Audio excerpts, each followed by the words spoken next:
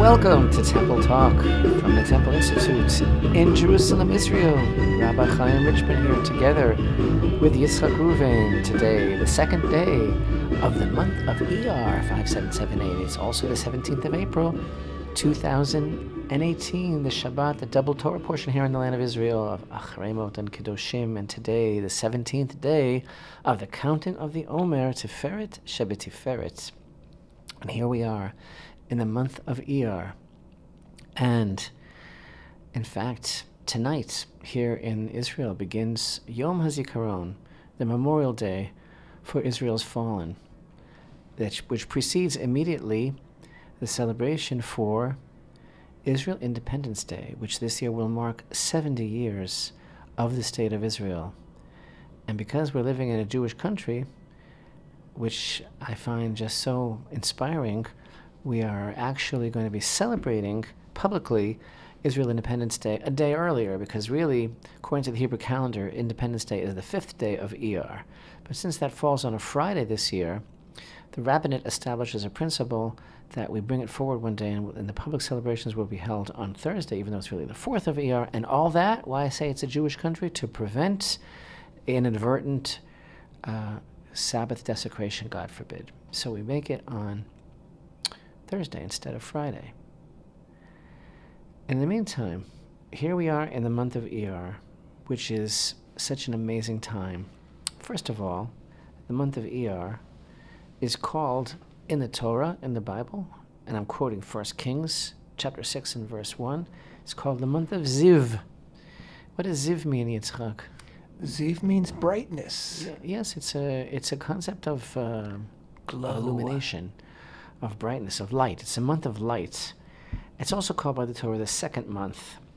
And what's absolutely incredible is that the verse that I'm referring to in Kings 1, chapter 6, is referring to none other than the beginning of construction on the first temple in the days of King Solomon.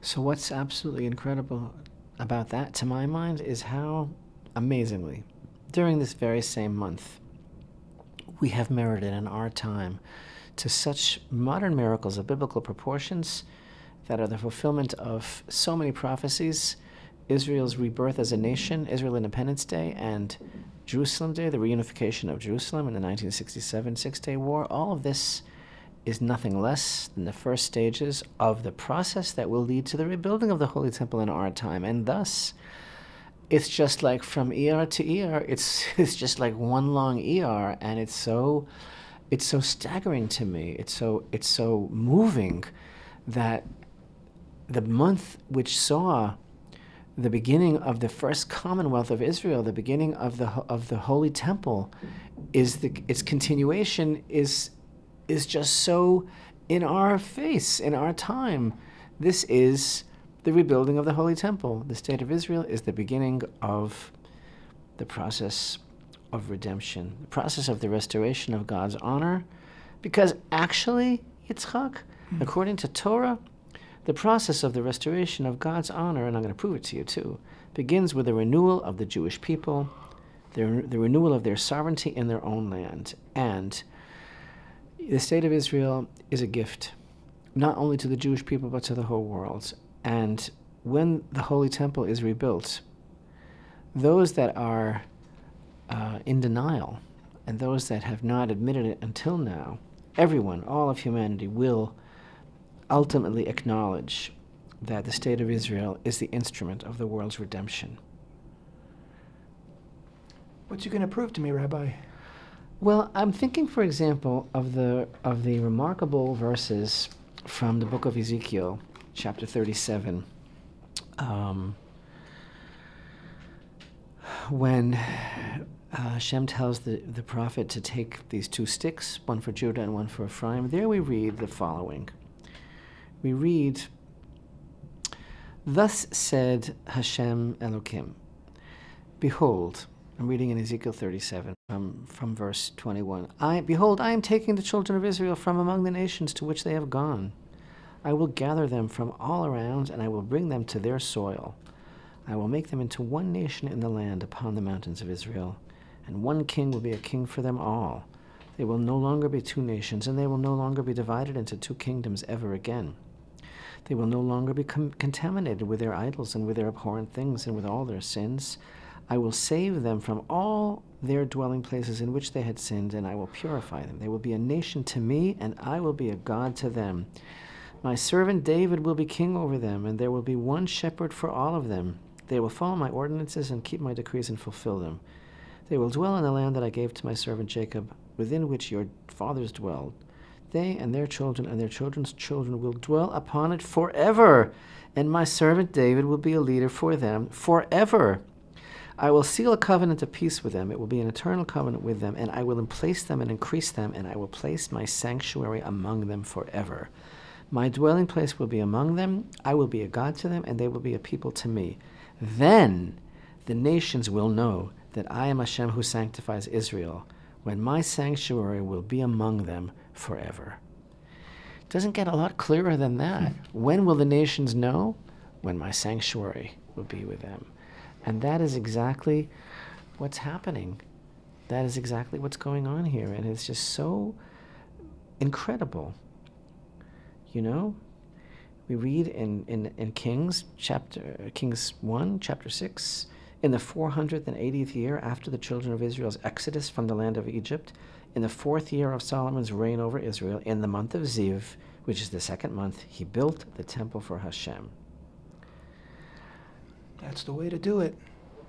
It's just so incredible. And then the whole idea of the month of Iyar, which actually, according to our sages teaching us secrets of the Torah, you know, Iyar, which of course is the name that came up from the Babylonian exile of the name of the month, but all of those names also carry deep significance and secrets. The month is spelled Aleph Yud Yud Resh, which our sages teach us is an acronym for the words that are found in the book of Exodus, chapter 15 and verse 26 that say, let me just read that whole verse for you, Okay. Please.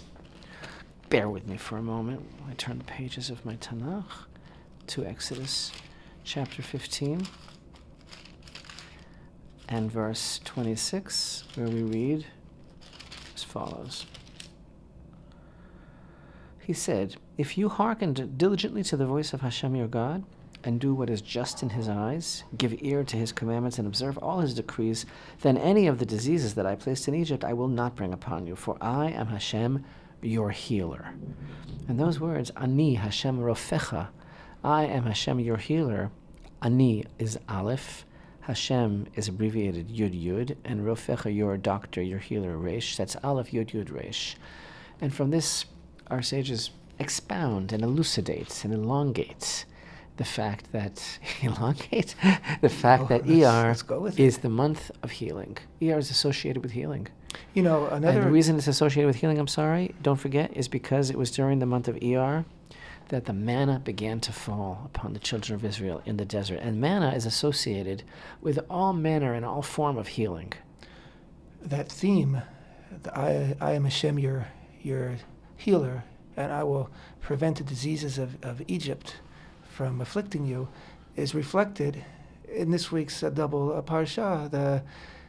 One of the themes is that we are not to imitate or take on the ways either of where we came from, being Egypt, or where we're about to enter, being the land of Canaan.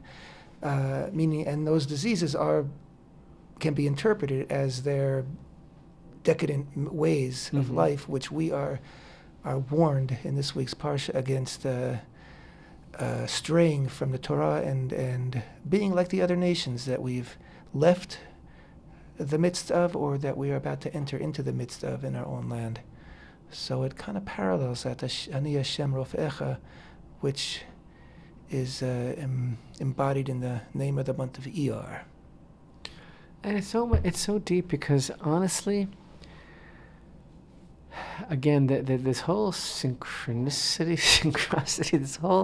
the whole concept of how this is all meshed and taken form in the month of Iyar, to me is a bold revelation that Hashem's word doesn't come up empty, and that Hashem fulfills his promises when he says, if he said, Ani Hashem Rofecha, I am the Lord who heals you, and he himself is alluding to the month of Iyar, you know what? He meant it. Medinat Yisrael, the state of Israel, is the cure. It's the cure for the whole world. And it really is. Look what Israel has accomplished in these 70 years. It's just so absolutely incredible. Don't ask Roger Waters. Don't ask all these people. Jeremy Corbyn. Right.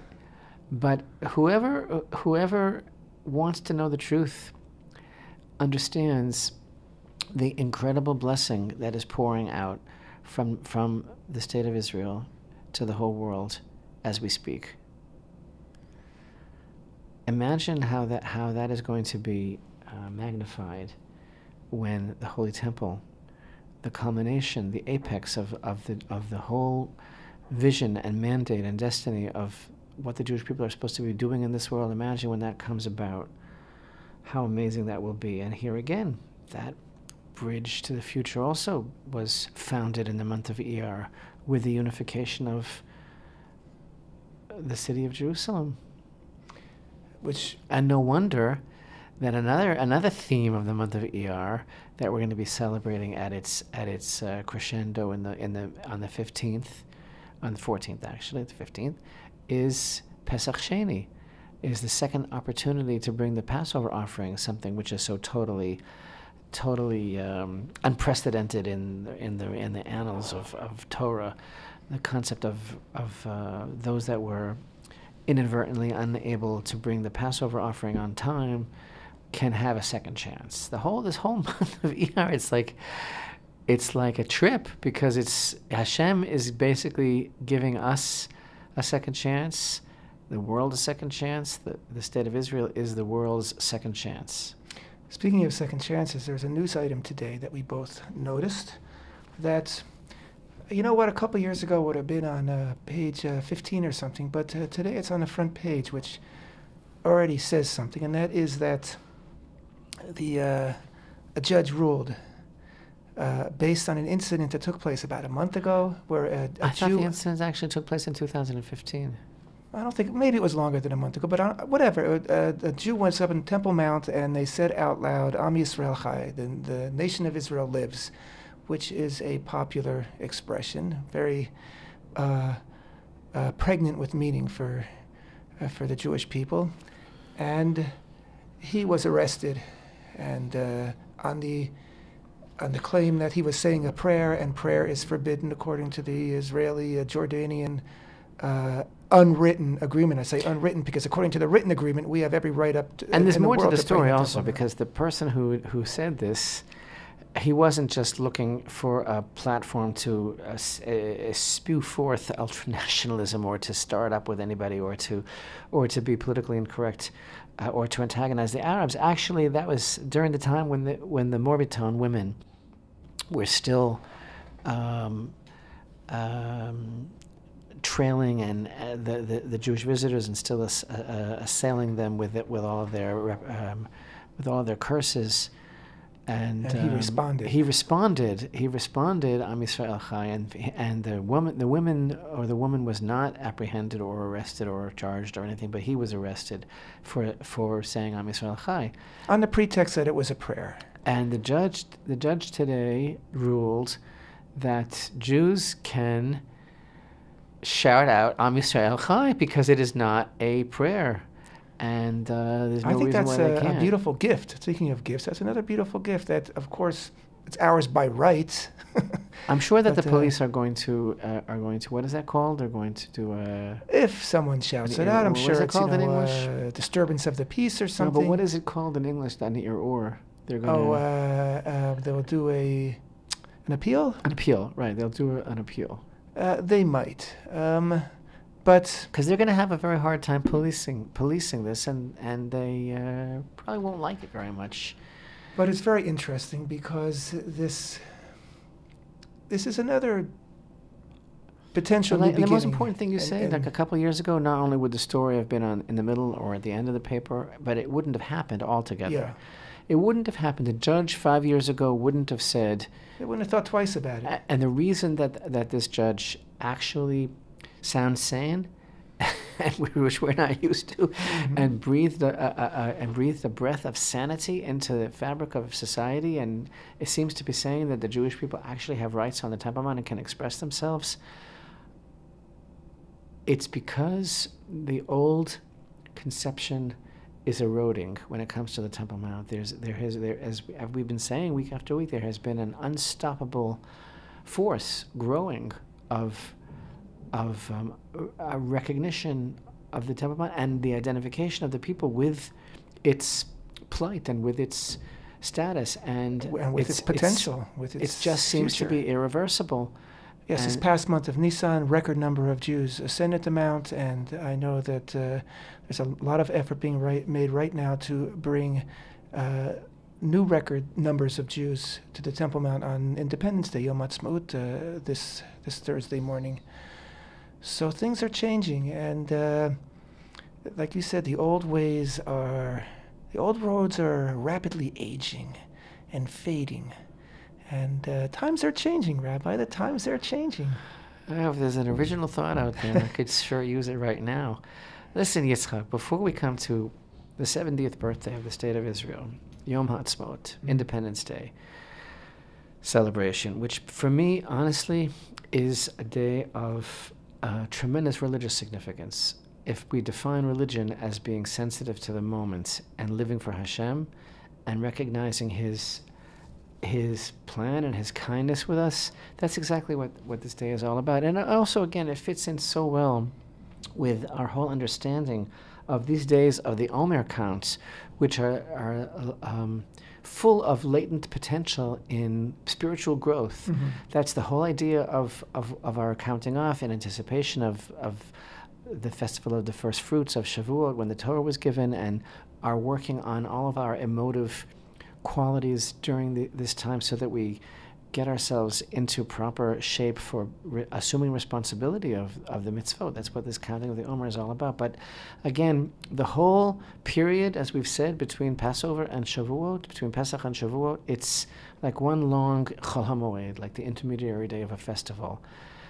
And the way that it falls, this confluence of the counting of the Omer and the month of Iyar and this period of these weeks between the two major pilgrimage festivals and these new days, these are new days of festival, which they are so reminiscent of biblical festivals, Yom Ha'atzmaut and Yom Yerushalayim, and it fits in so perfectly. But before we come to Yom Ha'atzmaut, really, again, tonight begins Memorial Day here in Israel, and unfortunately the numbers go up, and if I'm not mistaken, the number that I understand that we are in mourning for, the number of IDF and security personnel, soldiers and policemen that have fallen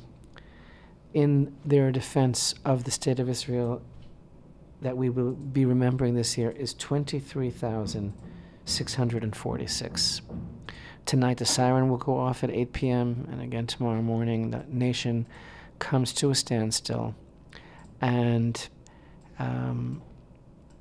it's amazing how this falls out generally in the proximity of the Torah portion of Acharei-Mot that describes the passing of the sons of Aaron and Aaron's response, his silence, and how we translate that into an understanding of when Moshe said to Aaron, Yitzchak, when Moshe said to Aaron, this is what Hashem said, I will be sanctified by those that are closest to me.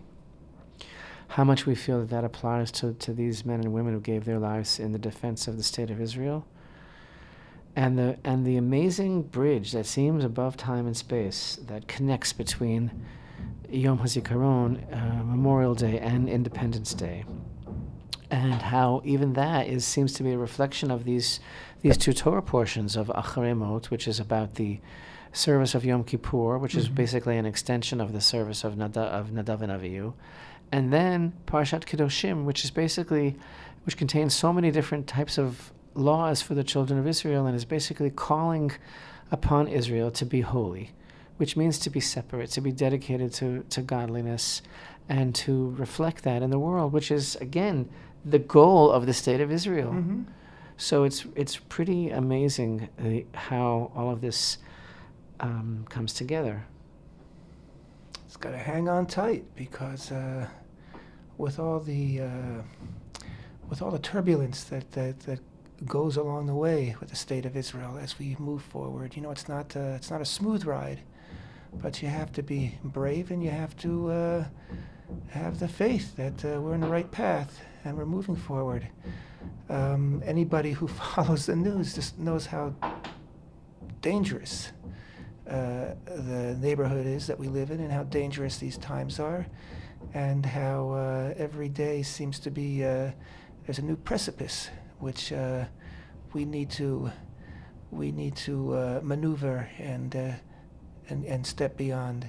And thank God, and thank God is not nearly an expression here. It's a thank God. We, as a nation, we are moving forward, and we are, with every day, I think, growing and more assuming the role that we've been talking about, which is the role of bringing light and redemption into the world.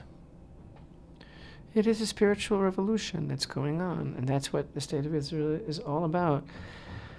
And as we recall, the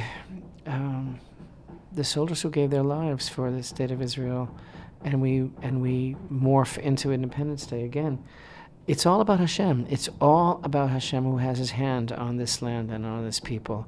And that's really what the celebration is. It's a tremendous revelation of his promise coming true. And like I say, just as terms of an experience, in terms of an experience of thankfulness, of acknowledgement, of what it would be like to be going up to the Holy Temple, like, this is really what we have today. This is it. This is, to not understand that, that the hope of all of humanity and the future of the Jewish people is the state of Israel. I don't know how a person could be in that kind of denial, but thank God we're here and we're coming home. Stay with us. We'll be right back. Happy birthday to the state of Israel. Right back. Temple Talk.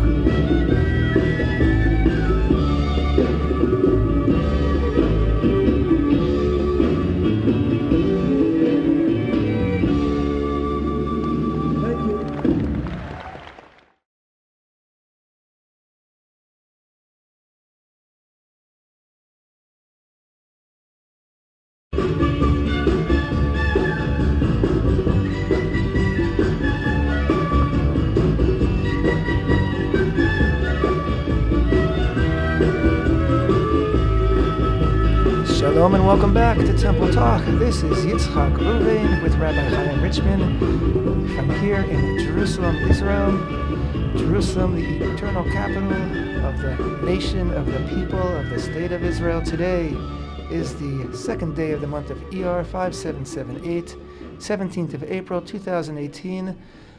As the rabbi already mentioned, this coming Shabbat, double Torah reading of here in the land of Israel, because there's a slight discrepancy over the next few weeks between the Torah reading in the land of Israel and the Torah reading in the diaspora. And here we will be reading the double portion of Acharei-Mot-Kedoshim. Acharei-Mot meaning after the death of, referring to after the death of Nadav and Avihu. And the second parasha is called Kedoshim. You shall be holy, because I, your God, am holy. And of course, today also is the 17th day of the counting of the Omer, Tiferet Sheb'Tiferet.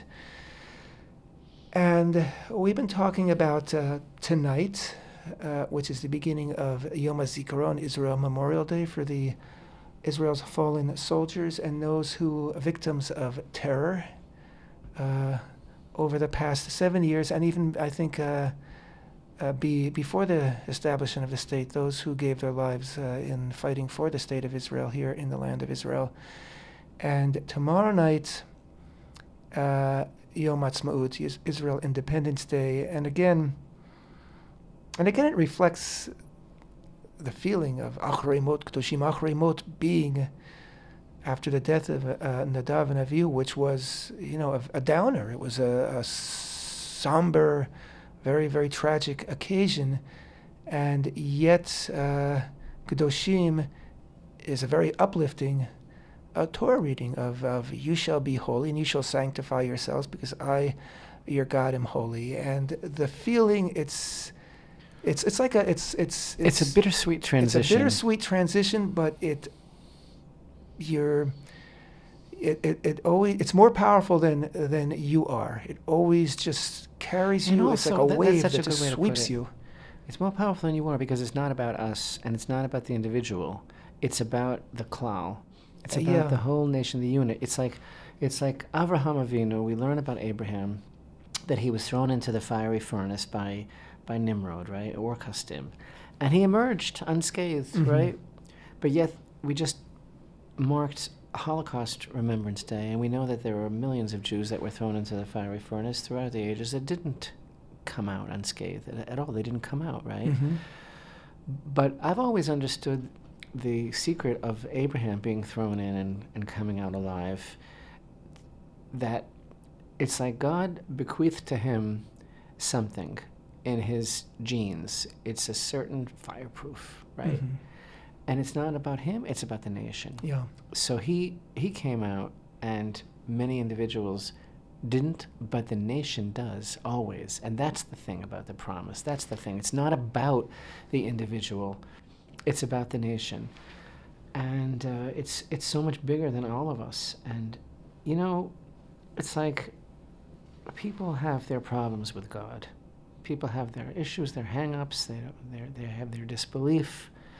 And I think a lot of that, for many people that I've spoken with, comes from the fact that they have certain expectations from God. And people will say, well, if God is love, how come I'm getting shafted? How come I'm getting the raw deal? I guess there is no God. And that's, I think, spiritually immature, that definition, to say that God is love. And therefore I don't believe in God because of this that happened to me or this that happened to him. And you know why that's spiritually immature? Because it's like, basically Hashem, his overwhelming quality with which he created the world is chesed, and he tempered that with justice, and it was for the purpose of bestowing goodness upon man that he created the world. But you know what? It's not up to us to define it, and we don't see the whole picture at all. And it's like saying, I say spiritually mature because it's like saying, well, if I don't like the way it came out, so then there can't be a God. Right. But could it be that it's like, in this particular instance, it doesn't come out in your favor? Yeah. And it's one of the flavor. One of the deepest things, you know. I was reading an interview with Rav Ronsky, Zecher Levracha, who passed away. Rav Ronsky, who was the chief rabbi of the IDF from Itamar, who I had the honor of knowing over the years from my relationships with the issue of Itamar. He was a tremendous man, tremendous personality, a real Torah scholar, a warrior, Baal Chesed. He was a great man, Rav Ronsky. So I was reading this interview, right? And first of all, you know the whole. He passed away. I think it was 2 weeks ago, right? Yeah. You know the whole story of how he discovered that he had cancer is that he was preparing himself to donate a kidney to someone. Wow. And in that whole process of getting ready, they discovered that he had cancer. And then it was dealt with for a certain period of time. I don't remember how many years exactly, and he was okay, and then it came back. But one of the things that he was saying to this journalist who was talking to him was, it had such a profound effect on me, this line that he said. He said, you know what? Ha'elokim lo oved etzleinu. That means that God is not our employee. He doesn't work for me. Right, of course. You know, so it's like, it's such a concept, and in Hebrew it comes out much better, you know? Hu lo oved etzleinu, like, what do you think exactly? Like, he's not an errand boy. Right. You know what I'm saying? He's like, he doesn't work for me. So, like, okay, it's not always going to be exactly as I like, and it doesn't mean that I don't believe in him or love him or that I don't have my relationship with him or that I don't count on him. It means that I don't get to decide. I just don't get to decide all the time. You get to appreciate, and you get to accept is the main thing. Yeah, and that is the real that's a very liberating experience when you can just accept that we work for him. Yeah, yeah. And again, you don't always get the flavor that you like. What kind of rocket want. science? What kind of great mind has to be to say, oh, like it's not the way I wanted it, so I'm boycotting. Like, yeah. And again, Jewish history just points that out. That if the song Dayenu, right, that we sing on Passover, which chronicles the exodus from Egypt into the land of Israel and culminates in the building of the Holy Temple. And with each mention, the chorus, the refrain is Dayenu. That would have been enough. If you had taken us to the sea, but we didn't cross the sea, that would have been enough. It's kind of tongue-in-cheek because, well, it wouldn't have been enough, but that's the point, that anytime you stop God's world and, say, okay, we're going to put it under a microscope, you might not like the result that you have, but it's a process going on, and that process is what's... And it's really about appreciation is the basis for everything. If you take a piece of paper, speaking of Dayenu, and you start writing down key circumstances and points in your life that seem to be trivial, that seem to maybe be disconnected or disjointed from anything else, and then you realize that if it wouldn't have been for that, if it wouldn't have been for this, if you wouldn't have met that person, you wouldn't have come to this, then you wouldn't be maybe at all where you are now, maybe not with the same person, maybe not in any way whatsoever, because it all seemed at the time maybe to be just totally not important, but everything that Hashem has led us to is for this moment. And I'm thinking of these thoughts, and especially the one that I just shared about how he doesn't work for us, when I'm thinking about the bittersweet transition between the day of the Memorial Day for the Fallen Soldiers and the tremendous heartfelt, joyous celebration of the Independence Day. And it would not be nearly as joy-filled if it weren't for the way that we mitached, the way that we, I think, unite with the souls of those who gave their lives for our independence, for our freedom, for our ability to be able to appreciate the land that we live in and the nation that we're part of. That day of Yom HaZikaron, of a Memorial Day, it's a necessary aspect of the whole celebration, because it's not simply a ribald, let's have a great time, have a picnic, we have the day off. It's not that at all. The Yom HaZikaron is extremely intense here, not just simply because the nation is filled with ceremonies and TV is totally dedicated, all the media is totally dedicated to it, but because whether you knew someone personally or not, you know everybody. And everybody who gave their life for you. There's no doubt about it. And you have a responsibility to return the favor by carrying the nation forward, by doing your bit, and by appreciating that word again, just appreciating and being grateful for where we are. And of course, one of the beautiful things that we do on Yom Ha'atzmaut is we sing the Hallel prayer in synagogues, which is simply a set of psalms which express our total thankfulness to where God has brought us. And we're counting the Omer, right? And as we're counting these days of the ascent, the spiritual ascent towards Shavuot, we have this whole utopian kind of skill set that we're striving for, that I'm trying to explain in these very short 1-minute Facebook videos. The idea of kind of like in a layman's term, a simplification of the Kabbalistic spheres of every day, the potential for spiritual growth in our emotions. But it's like you're not expected to get it perfectly. You're expected to try. Expected to be open to it. Expected to try to want to improve. And that's what our whole life is all about. That's the background of everything. We have the power, we have the ability. Are we going to make it? Are we close to perfection? Absolutely not. But to be aware of these nuances, to be aware of our own personalities, to be aware of our foibles and our pitfalls and the things that hold us back, and the problems that we have with our relationships, the problems that we have with our own self-discipline and self-control, and the problems that we have in understanding what motivates us and what frustrates us. That's what these days are all about. It's about spiritual self-help, and it's not about the end result as much as it's about the striving. Just as we know, our sages teach us that Hashem's reward is not given for the end result as much as it is for a person trying. This is the reality. This is who we are. So I'm saying take that concept about the Sfirat HaOmer and apply it to what we have today. Is the state of Israel perfect? No, but it's darn near perfect as far as I'm concerned, as far as what the rest of the world is, as far as what we've accomplished so far, and the future is bright. And it's an amazing process that we're involved in it, and I know you and I share these feelings as far as looking back at the years that we've been here, and we came around the same time more or less, and we met in the army, and all the things that we've been through.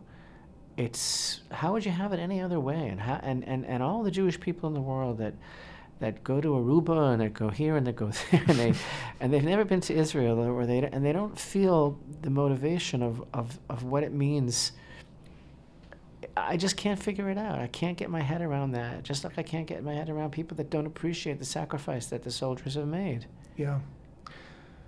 The month of Iyar, which, as we've been pointing out, is filled with all these incredible dates, meaningful dates. To me, it's like the flip side, or the exact opposite of the month of Tammuz. The month of Tammuz, as we know, was the month during which the spies that Moses sent into Israel were in the land. They were in the land for 40 days, which began before the month of Tammuz and ended after the month. So the entire month was spent on that mission, and it was a mission that led to a disaster.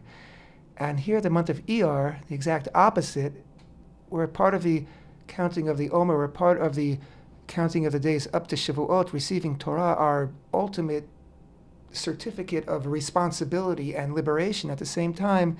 And this month has the unique pleasure of being right in the middle of it. Every single day of this month is part of that ladder, which of course is connected also to the counting of the Sfirot and the counting of the Omer and the Sfirot, which you've been talking about. It's such a blessing. I mean, take advantage. Just be part of it. You just have to be part of it, and you'll gain from being part of it. Open yourself up to it, and you'll start to feel it. It's just it's a huge blessing. And in that context, of course, comes all these other historical events and all the sacrifices that people have made in order for us to reach this point in our history. And a word about the criticism for a moment. To address the critics, I don't mean to address BDS or people that are just full of hate and venom and anti-Semitism and all these disgusting things. I mean people who are honestly critical because they are looking with a critical eye at imperfection. To them, I want to say, from this week's Torah portion of Acharei, again, this is serendipitous. The beginning of the Torah portion is talking about the Yom Kippur service. We have a verse, chapter 16. Okay, the verse is talking about the Kohen taking some of the blood of the bull and sprinkling it on the ark cover.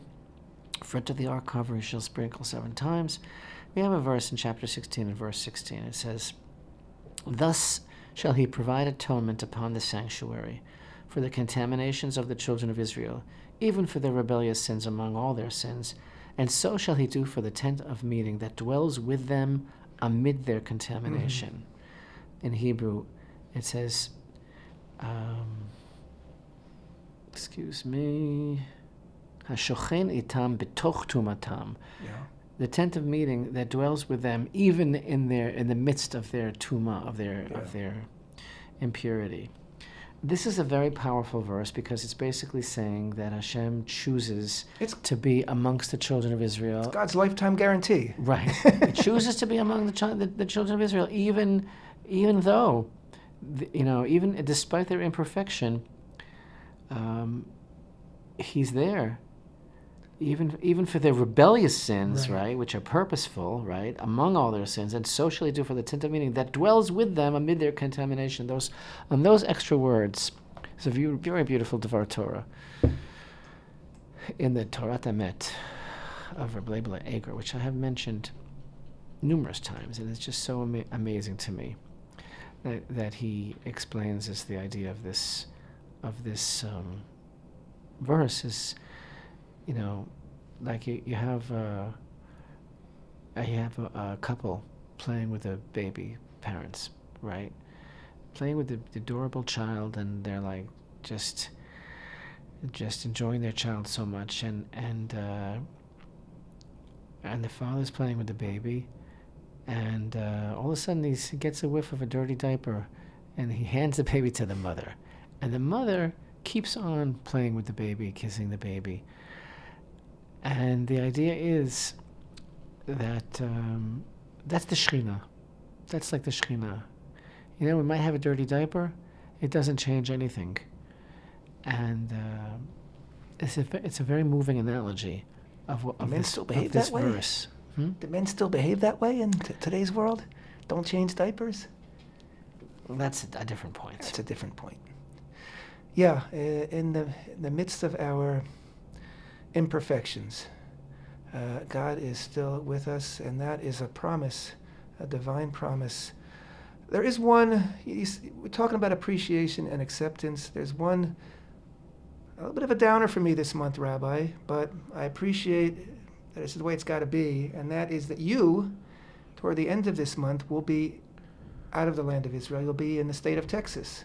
Actually, in the middle of this month, I plan to spend Jerusalem Day in Lubbock, and prior to that, a few days before that, I'm going to be in Abilene, and we're going to take some of this spirit's enthusiasm, thankfulness to Hashem, and share it. So I'll suck it up, and I'll miss you, but I know that you're going to make a lot of people happy. And just again, for those dates, Rabbi and Mrs. Richman will be speaking in Abilene, Texas, on May 8th. No, that's just a rabbi. That's just speaking in Abilene on May 8th. Information, details, and also contact information for this and the next date that I'm about to say can be found on our Facebook page as well as our website. And the second date, which will be a gala Jerusalem Day celebration, will include Mrs. Richman, Rena Richman. They will both be speaking, the Rabbi and Rena, in Lubbock, Texas, which happens to be Sunday, May 13th, which happens to be both Mother's Day and also the 28th day of the month of Iyar, which is Jerusalem Day here in Israel. 28th day of the month 28th of Iyar, yes. Right. And that will be in Lubbock, Texas. Again, for more specific details, you can go to our Facebook page or our website. And as always, I urge anybody who hears about this to join in, because it's always a wonderful occasion to be with a Rabbi and Rena, and especially on Jerusalem Day. I'm sure it's going to be amazing. And bring your mom, because it's Mother's Day. So I'll miss you, Rabbi. And that's going to be... And I'll miss you too, Yitzchak. That's going to be it's the price I pay. And by the way... Yeah. Thanks for saving my life. Ah, shucks. There's one of those things, right? We were talking about before, one of those things that happen along the way that changed people's lives. I'm glad it worked out the way it did. I'm sorry about that bullet. I know it's sensitive for you. I saved your life and you saved my life. Oh, go on. Yeah, well, that bullet, I keep it in a little jar next to my bed. Every time I'm feeling a little blue, I look at it. It just picks me up right away. It was nice of them to give it back to you when they took it out. Yeah. Maybe that's a tooth that I had extracted that I have in the jar. I don't remember anymore. Anyway, It's all good. It's all good, and it's a beautiful Yitzchak, month. happy Independence Day. Happy Independence Day. It's so wonderful that we have a home, the land of Israel. Yeah, or it's just so fortunate that we both found our ways here. I mean, talk about serendipity with a strong blast of God's will behind it, I guess, that we both made it here, yeah. And I'm grateful. And here's to the next 70 years of the state of Amen. Israel. Yeah, it's amazing. We've been here more than half the life of this country so far. Ouch. And it's just amazing the things we've seen, and I like the direction we're going in. Yeah, like you said, lots of little things, and not always little things that aren't so great, but overall, it's a beautiful country, a beautiful future. And it is being used by Hashem to usher in the greatest era in human history, the time of mankind's total united recognition of the God of Israel. So happy birthday to the state of Israel. Happy birthday to the And state thank of you, Israel. Hashem. Yom Thank you Ha'atzmaut so much, Sameach. Hashem. Thank you for being with us. Temple Talk.